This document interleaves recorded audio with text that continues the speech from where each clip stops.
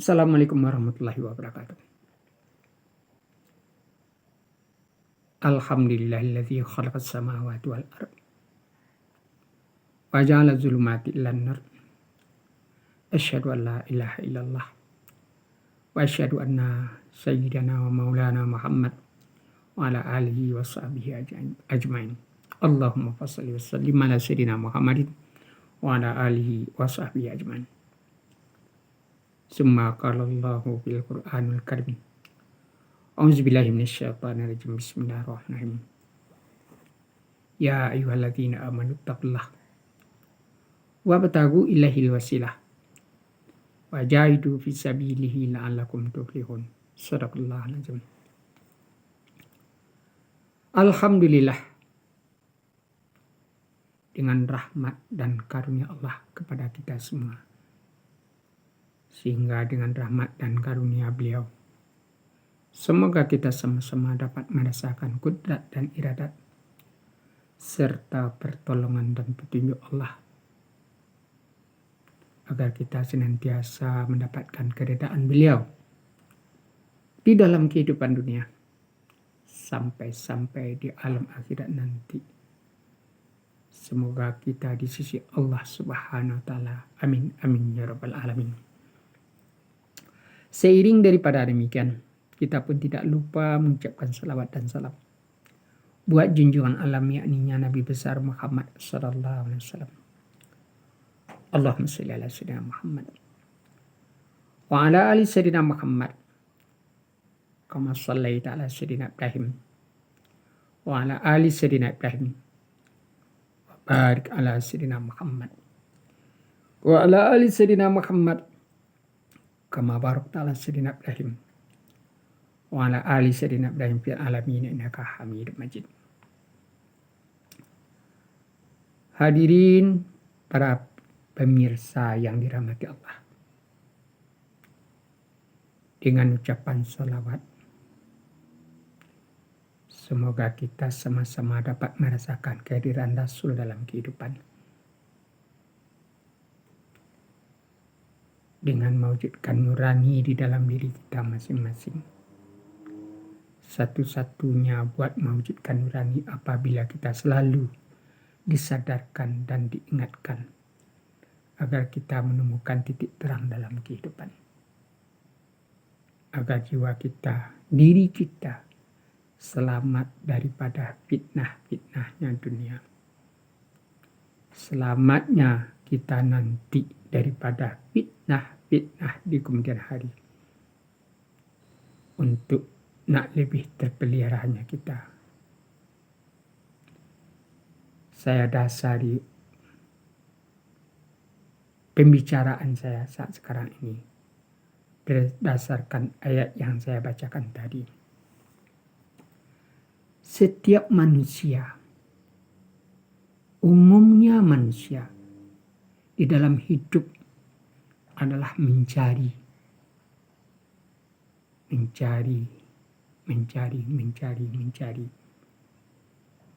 harta benda, kekayaan, kemewahan, apapun yang dia inginkan, dia berusaha buat mencarinya. Sesuatu yang diusahakan adalah sifatnya sementara, tidak kekal abadi adanya. Dia lupa suatu yang terpenting dalam kehidupan, yang seharusnya dia usahakan buat menetapkannya, yaitulah adalah keimanan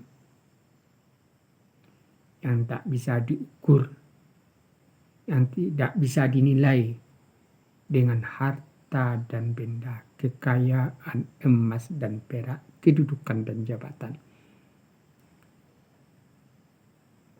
Suatu yang bernilai di tengah-tengah kehidupan tanpa ada keimanan di dalam kehidupan. Disinilah manusia takkan pernah nyaman hidupnya dan takkan pernah tenang Sekalipun dia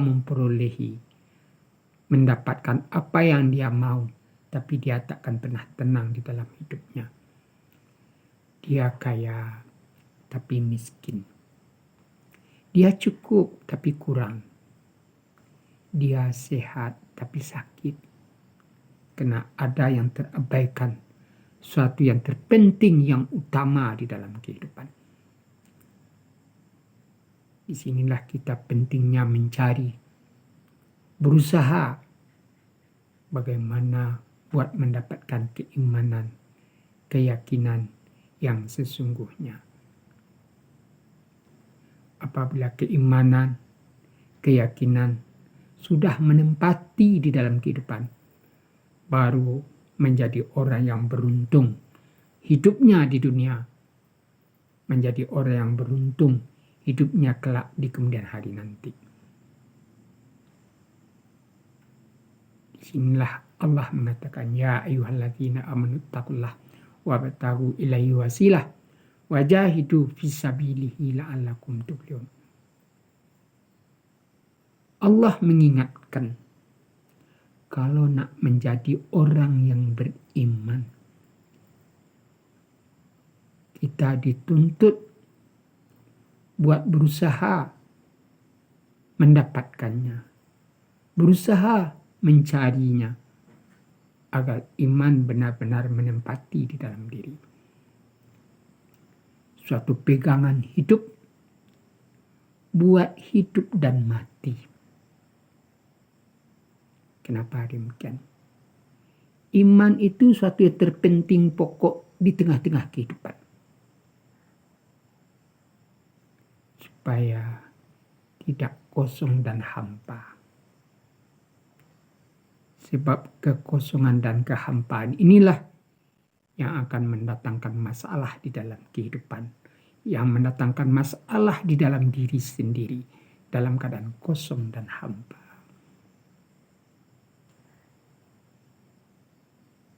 Itu buat hidup.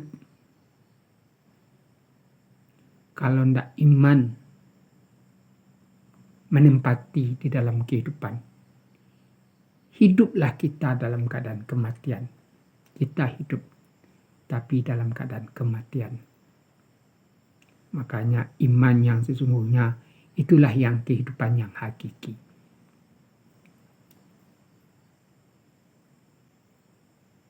Iman pun penting sekali. Bukan dalam kehidupan, di dalam pergaulan. Kenapa pentingnya iman dalam pergaulan? Kita di dalam hidup bermasyarakat, hidup berumah tangga, hidup di tengah-tengah orang ramai. Dengan iman kita tak begitu mudah terpancing, terpengaruh, terjebak, terusik. Sebab kalau kita tak beriman, mudah kita terpengaruh, mudah kita terpancing, menjadikan kita emosi, menjadikan kita tidak nyaman, menjadikan kita tidak tenang. Itu pun dalam pergaulan. Begitu juga dalam berusaha. Dengan beriman kita berusaha. Yang usaha tak selalu dapat banyak, tak selalu sedikit. Tapi kita bisa melewati. Sedikit cukup. Banyak pun cukup. Sedikit cukup, banyak pun cukup. Sedikit habis, banyak pun habis. Dengan iman kita berusaha. Ada keberkatan yang kita perolehi. Inilah yang kepuasan di dalam hidup. Rezeki yang diperolehi, ada keberkatan. Dengan adanya keberkatan, ada kepuasan. Juga iman, terutama dalam salat. Sebab Orang banyak melakukan salat, tidak mendirikan salat. Dari SD sampai kuliah, sampai seumur-umur orang salat. Cuman melakukan salat, bukan mendirikan salat. Kalau mendirikan salat tentu ada dasarnya. Ibarat bangunan, ada pondasinya. Iman inilah sebagai pondasinya. Kalau pondasinya tak kuat, betapa tingkatnya bangunan yang akan dibangun, dia akan ambruk nantinya. Sebab pondasinya tidak begitu kuat. Itulah makanya salat itu akan didirikan. Pondasinya adalah iman. Kalau tidak ada iman sebagai pondasinya, kita salat, jelas-jelas neraka sudah disiapkan untuk kita. Wailul lil musallin, neraka wilah bagi orang yang salat. Salat hanya semata-mata melakukan saja, bukan mendirikan. Yang mendirikan salat tentu ada pondasi dasarnya. Iman inilah yang merupakan dasar untuk buat melakukan salat dengan adanya iman. Itu makanya di ayat lain menjelaskan qad aflahal mu'minun alladzina hum an salatihum khashi'un. Amat beruntung sekali lah orang yang mendasari dirinya dengan iman. Apabila dia salat, dia akan khusyuk melakukannya. Dengan salat tersebut, dia merasakan kenikmatan. Salat bukan sekedar kewajiban. Salat benar-benar menjadi kebutuhan, menjadikan dia nyaman, menjadikan dia tenang, menjadikan dia bahagia, menjadikan dia selamat.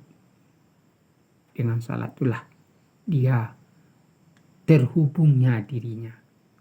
Dengan adanya iman baru ada sinyalnya.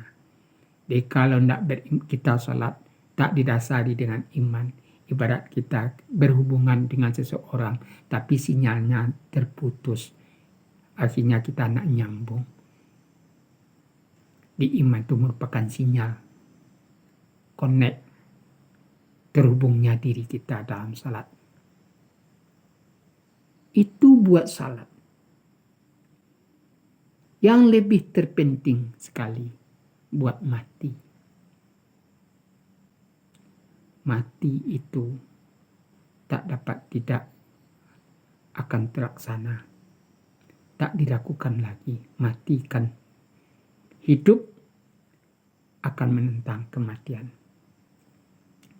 Kematian manusia ada dua jalur.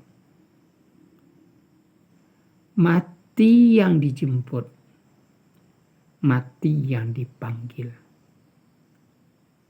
Mati yang dijemput di saat tidak jelas. Di saat sibuk dengan dunia, sibuk dengan harta, sibuk dengan dengan jabatan. Di saat kesibukan kita dipanggil. Itu sudah tidak jelas arah kembalinya kita nanti. Mati dalam keadaan dijemput. Di saat kita tak jelas keberadaan diri, kita dijemput. Disitulah kematian kita tuh merupakan yang tak diingini sebenarnya. Mati yang dipanggil berbeda. Mati yang dijemput, mati yang dipanggil.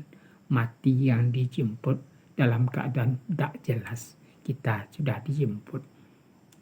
Mati yang dipanggil, kita sudah punya alamat. Kita sudah punya tiket.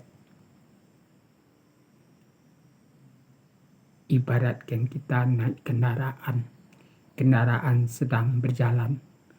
Supirnya memerintahkan turun. Di saat kendaraan sedang berjalan, mau nak mau kita diturunkan, jatuh tunggang langgang, kelukuran, patah-patah. Tapi kalaulah kendaraan sudah berhenti, apa kata supirnya? Silakan turun. Kita turun dengan tenang, dengan gontai, tak tergesa-gesa. Disinilah pentingnya iman tadi. Di iman, orang yang dipanggil adalah orang yang sudah tenang hidupnya. Ya ayyuhalladzina amanu, ya ayyatuhan nafsul mutmainnah, hai jiwa-jiwa yang tenang, irji'i ila rabbiki fadkhuli fi ibadi, hai jiwa yang tenang, kembalilah kepada Tuhanmu dan kembalilah kepada hamba-hambaku dan silahkanlah masuk ke dalam surgaku. Inilah mati dalam keadaan yang dipanggil. Orang yang sudah punya pegangan diri, sudah punya keimanan. Orang yang beriman, dia hidupnya akan tenang. Ala bizikrillah tatma'innul qulub. Dengan mengingat Allah, jiwa bakalan tenang. Dengan tenang kita akan dipanggil nantinya pada waktu yang kekal abadi. Kita hidup dunia waktu yang sangat terbatas. Waktu yang sesungguhnya, waktu yang sebenar-benarnya, waktu nanti setelah kita menutup mata yang tak ada akhirnya. Itu makanya dunia ini adalah cermin akhirat. Apabila baik di dunia ini, maka selamatlah untuk seterusnya. Di dunia saja tak ada baiknya, tidak ada eloknya, tidak ada bagusnya, bagaimana nantinya. Cuma itulah yang dapat disampaikan. Semoga menjadi pembelajaran agar jiwa kita terketuk. Jangan terjebak tentang kehidupan.